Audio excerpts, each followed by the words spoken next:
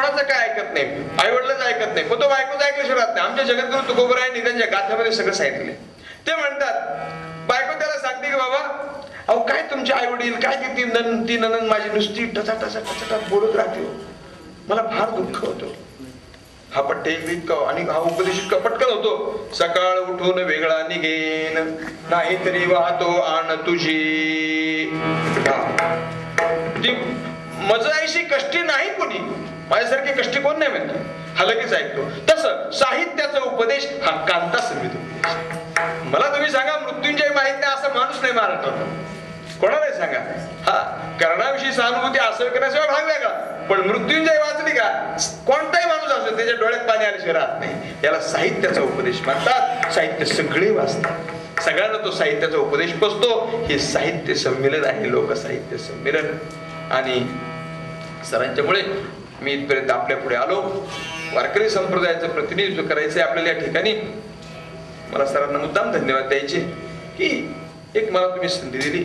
हे विचार कुठेतरी गेले पाहिजेत तेव्हा की लोकसाहित्य तसं वारकरी साहित्य एक संपन्न अशा प्रकारचं आहे, अतिशय संपन्न आहे.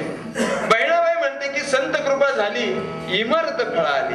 त्या बहिणाबाईंनी असे विचार मांडले त्याच्यामध्ये. वारकरी संप्रदाय कशाला म्हणतात, त्या वारकरी संप्रदायाचं स्वरूप काय, हे सगळं एवढ्या एकाच अभंगात मांड. आणि हे सामान्य नाही, मोठी गोष्ट छोट्या याच्यामध्ये सांगणं हे सामान्य नाही.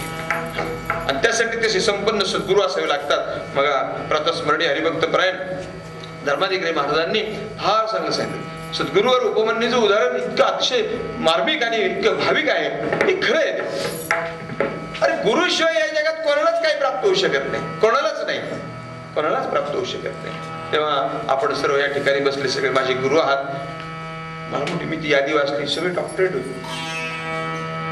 आमच्यासारखा वारकरी आपल्या पुढे वरून काय बोलणार. हा विवेकानंद एकदा पंडितांच्या सभेमध्ये बोलत होते आणि कुठेतरी एक मिस्टेक झाली व्याकरणातली थोडीशी. अवघड आहे ना, सगळी एवढी दिग्गज मंडळी, आपण बारा सुद्धा गोंधळ आपल्या तुम्हाला सांगतो.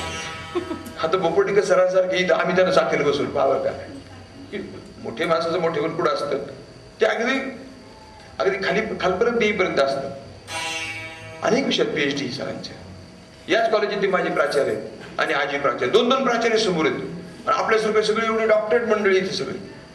महाराज सोपं नाही, तुमची फार मोठी श्रम आहेत, फार मोठे. तेव्हा विवेकानंद त्या पंडितांच्या सभेमध्ये बोलत असताना एक व्याकरणाची कुठेतरी चूक झाली. सगळे पंडित घरी झाले त्यांच्या. त्यावेळेस चाललं ना सगळ्यांनी जरूर की तुम्ही इथं चुकला तिथं चुकत असेल. विवेकानंद उठले आणि त्यांनी सांगितलं दासोहम पंडिता, मी तुमचा दास आहे, मी तुमचा दास आहे. का सामान्य गोष्ट नाही. विद्वानाला विद्वान सर्वत्र पूज्यते, स्वदेशी पूज्यते राजा विद्वान सर्वत्र पूज्यते. आपली पूजा सर्वत्र होते, ज्ञानाची पूजा सर्वत्र होते महाराज. म्हणून आपण सर्व ज्ञानी आहात. ज्ञानोबरायांची ओवी आपल्या पुढे मांडतो. माऊली म्हणतात, प्रभू तुम्ही महेशाच्या मूर्ती, मी दीन अर्चित तसे भक्ती, बोल जरी गंगावती तरी स्वीकाराल की विठाला विठाला विठाला. हो, तेव्हा आपण सर्व शुद्ध मंडळी आहात आणि आपल्या पुढे हा विचार मांडण्याचा एक सुयोग प्राप्त झाला. तेव्हा आपल्या सर्वांना मी धन्यवाद देतो आणि मी माझ्या विषयाकडे पुन्हा वळतो. संत कृपा झाली इमारत फळा आली. बहिणाबाईने एक इमारतीची कल्पना आपल्या पुढे मांडलेली आहे, एक उपमा आपल्या पुढे मांडलेली आहे. ती इमारत कशी असावी, ती वारकरी संप्रदायाची इमारत कशी आहे, एवढीच आपल्याला आजच्या कीर्तनामध्ये मांडायचं आणि विषय संपून टाकायचा. इमारत कशी, इमारत म्हणले की त्याला पाया आला, त्याला फाउंडेशन आलं. फाउंडेशन जेवढं भक्कम तेवढी इमारत भक्कम. पाया जर कच्चा असेल तर मग उपयोगाचं नाही. महाराज आमच्या गुरुवर्यांना मी म्हणायचो, विचारवंत लोक पाहून त्यांना सांगितलं पाहिजे, उगीच घेबळे आपली गोळा करीत नाही बसले पाहिजे. हे काही कळत नाही, काय नाही, आपल्या आले पाहिजे. त्यांना संतांचा स्वभाव फार मायाळू असतो, ज्यांना वेळ वागणं काही नाही. गावगासारखा नुसता पोळ्या खाणारा माणूस, पण पुढचं रामायण त्याने लिहावं सामान्य गोष्ट नाही. अहो रामायण असं लिहिलं की नाथ महाराजांच्या त्याच्यामध्ये काहीच फरक वाटत नाही. तुकोबरायांच्या जवळ एक कोंड्या नावाचा एक साधा आपला पोरगा होता. काय काम करत होता कोंड्या, काही करत नव्हता. त्यांच्या पायावर गुळ खोबरं पडायचं. आता जसं दक्षिणा देतो आपण, तर पूर्वी गुळ खोबरं पायावर ठेवायचे. ते गुळ खोबरं ठेवायचे पायावर, हा त्याच्यासाठी तिथं बसायचं महाराजांच्या पायावर. सगळं कीर्तन कोण कोण काय ठेवतं, मग त्याचं सारं लक्ष तिथं. त्याने ते गुळ खोबरं घ्यायचं, खाऊन आपलं मोकळं आहे. एवढ्यासाठी त्यांची आलेला, त्यांची कीर्तनं ऐकलेली. आणि असा कोंड्या भागवताचार्य झाला. त्याने भागवत सांगितलं. सामान्य गोष्ट नाही. संत कृपा काय करेल सांगता येत नाही मला. रेड्यामुखी वेद बोलविले, गर्भद्विजांचा हरविला. ठीक आहे, रेड्याच्या मुखातून वेद बोलवला. आता बघ संशोधक लावतात शोध, रेड्या आडनावाची माणसं असतील, रेड्या आडनावाची माणसं असतील आणि त्यांनीच वेद म्हणला असेल. ओ महाराज, रेड्या आडनावाच्या माणसाला वेद शिकवायला मोकळं कोणी त्यावेळेला? एवढं सोपं होतं काय? नाही, सोपं नाही येते.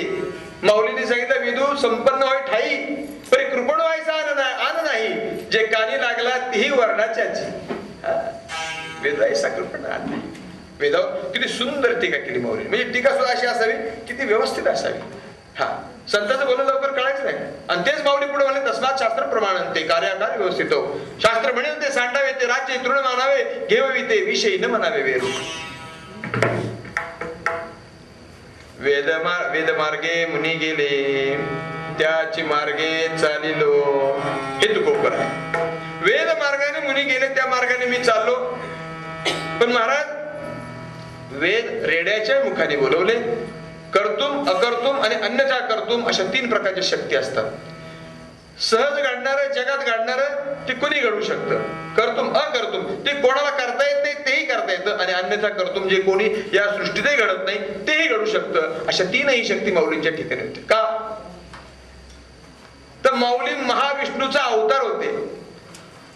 महाविष्णूचा अवतार, महाविष्णूचा अवतार, महाविष्णूचा अवतार, महाविष्णूचा अवतार. सखा माझा ज्ञानेश्वर, सखा माझा ज्ञानेश्वर, महाविष्णूचा अवतार, महाविष्णूचा अवतार. सखा माझा ज्ञानेश्वर, सखा माझा ज्ञानेश्वर, महाविष्णूचा अवतार, महाविष्णूचा अवतार. महाराज, ही जनावे बोलते. मी आपल्याला म्हणलो ना की वारकरी संप्रदायात एक स्त्रियांची परंपरा संपन्न आहे. माऊलीच्या वेळेला जनाबाई होत्या, त्यांच्या सहवासात आले सहज तत्वज्ञान झाले. आणि 18 पगड जातीचे लोक माऊली सहवासात होते. एकही जात अशी शिल्लक नाही राहिली की ज्या जातीत संत जात नाही. बघा कशी महाराज होती. आणि आता आमच्या जवळ जर कोणी आला तर मारके म्हशीसारखं बघायचं, त्याच्याकडे जवळ येऊच द्यायचं नाही. तसं नव्हतं. त्यांच्या सहवासात जो जो आला तो तो संत झाला. मला तुम्ही सांगा, चौदेहाची तुटली दोरी, चौदेहाची तुटली दोरी, म्हणे चोखयाची महारी. चोखोबरायांची पत्नी सहज सांगते बरं का, चौदेहाची तुटली दोरी. मला सांगा, कुठल्याही पंडिताला दोरी तुटणं म्हणजे काय कळायचं नाही. हो ना, विचार तुम्ही. कारण कुठे जाऊ पारिभाषिक शब्दच नाही ना. किंवा दोरी तुटणं याचा अर्थ काय होतो? दोरी तुटणं वाच्यार्थ. पण दोरी तुटणं हा खेड्यातला शब्द आहे. एखादा माणूस जर गेला आणि त्या तर त्याची चालली की त्याला काय झालं, त्यांची दोरी तुटली. बारकावा कसा आहे, त्यांची दोरी तुटली. दोरी तुटली याचा अर्थ तादात्म्य सुटलं, संबंध संपला. आणि तादात्म्य तुटणं हे महत्वाचं आहे. ती म्हणते 4 देहा